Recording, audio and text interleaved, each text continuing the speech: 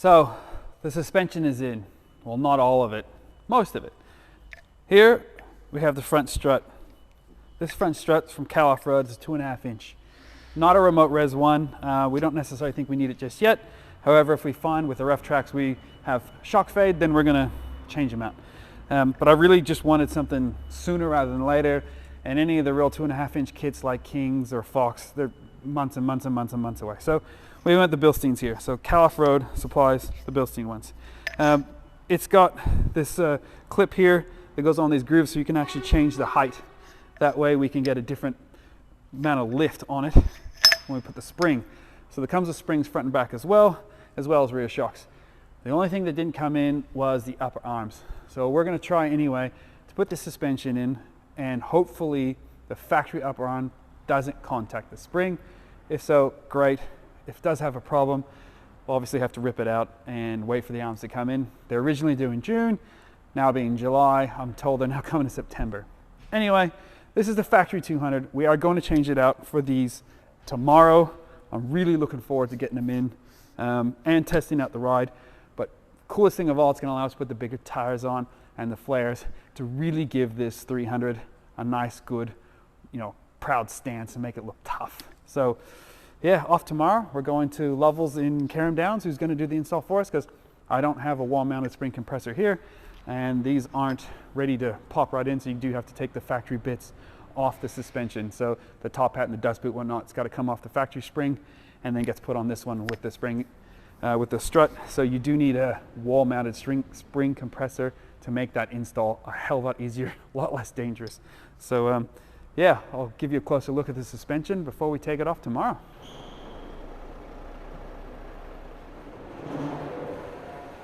Now we're going to do a little measurement here to see how much lift we can achieve. As I said, from the strut, it is adjustable based on where we put that circlip. So easiest way is center of the hub to the flare, especially if you're changing wheels. But we're just going to check out on the factory wheel here. So as a definite point, so you can go on the top of the wheel, and you're looking at 351 mil. Now we do have a bar and a winch in there, so that's dropped it. I have measured it, and it's dropped it 5 mil from where it was originally. So 351, see how we go after you put the lift in. So we want to achieve about a 2-inch lift here, maybe a tiny bit more. So that's what we're looking like on the front. Obviously it'd be different on the other side, but 351 on this side. All right, the lift is in. Now what we ended up doing was just putting the upgraded springs in the front. So you got the Bilstein shocks in the front and the back, but only upgraded springs in the front. Now the reason we did that is we wanted to keep it low because we don't have the upper arms yet. So let's see how much we got. Now I stuffed up before. It was not 351, it's 251. And we're looking at 315. So that's 2.5 inches, 64 mil. So almost bang on 2.5 inches in the front here. So pretty good lift in the front with the springs, Cal Off-Road springs, in the back still the factory springs. So we've also come up 10 mil in the back. So we've got a bit of a lift and it's level now, which I like. So time to put the flares on so we can cover the tires and put the wheels and tires on. Now because they're true bead locks, they are a bit wider. So the flares we got might not be enough. Hopefully it is. If not, then we can either put some extensions on it or keep looking for some even wider flares. So let's get the wheels and tires on. First up, flares. First up, when putting new flares on, we got to clean it because the double-sided tape won't stick. So this is just isopropyl alcohol. Any dirt, grime, or grease will get taken off to allow it to stick better. So you can see here's a 2-piece flare because the door opens up.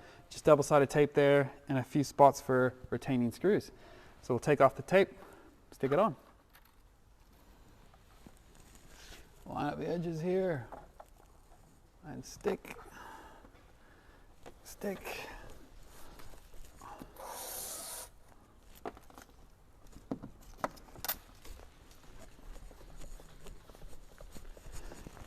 And then let's apply some screws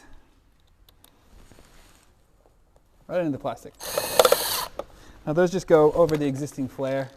Now they're supposed to give about a 35 mil extra coverage. But yeah, like I said, I reckon we're going to have to go a bit more.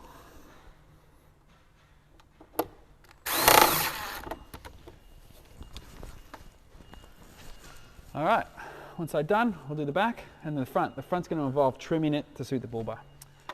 Do need to cut the flare, so basically line it up where it's gonna go. Cut a little in front of it.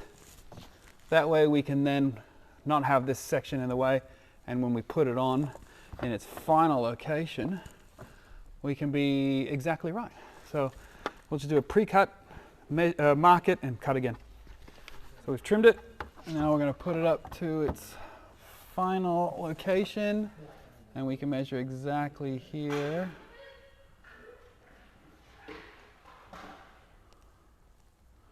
Now we're going to put masking tape on this side here so we can get a straight cut.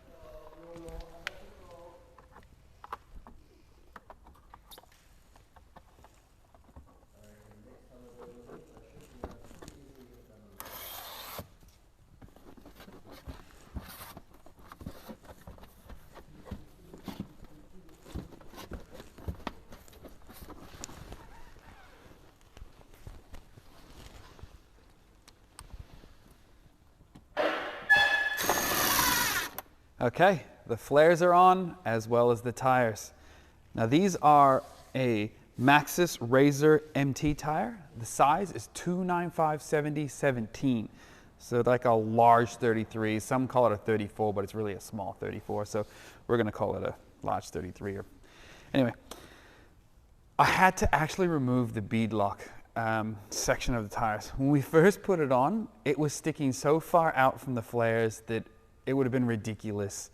And I really wanted to run a bead lock, but I don't want to run a flare that's like seriously 80 mil out from the car. So these flares are 35 mil, and we still have a little bit of poke, so we might still do something to cover it up. However, the tread is covered, but the sidewall's not yet, so we'll still look at doing a small extension on there. But I didn't want to have massive poke, because the cops here in Australia, they treat you like a criminal as soon as your tires are sticking out too far. So we've actually had to remove the bead locks on it. So it's the same wheel and tire, but we just changed the ring. So we put the cosmetic ring back on, and that sucks it back in. Now, I completely forgot when I was thinking about putting these on, that when you do a conventional bead lock, you put the bead on the outside of the wheel, and then when you clamp it on, it essentially pushes the tire further out because it's gone on the outside. So it was about 22 mil extra when we had it as a bead lock. So we've basically change it back to a conventional wheel and tire package and put the cosmetic ring back on. But this allowed me time to get some silver bolts. So it looks a lot better with the silver bolts, especially with a little bit of chrome on the vehicle. Anyway, this is it. We've got the Predator bar on with the Warn winch, the lights, we've got the flares on, we've got the Off-Road Animal Scout rack, we got the rock sliders. It's pretty much ready to head out bush. I mean, we got the suspension in there now, just a 2.5 inch lift in the front and a 10 mil lift in the back. So 63 in the front, 10 in the back. I think it looks pretty good, nice and level. We're still waiting on the arms to come through, the upper arms. So this car's ready to hit off-road, go on some tracks. So next up, we are going to take it off-road, but we're still looking at doing some mods for the back, dual battery, fridge, some sort of storage in the back. That's all going to go on. And I think this car's going to be a fantastic tour. What do you think?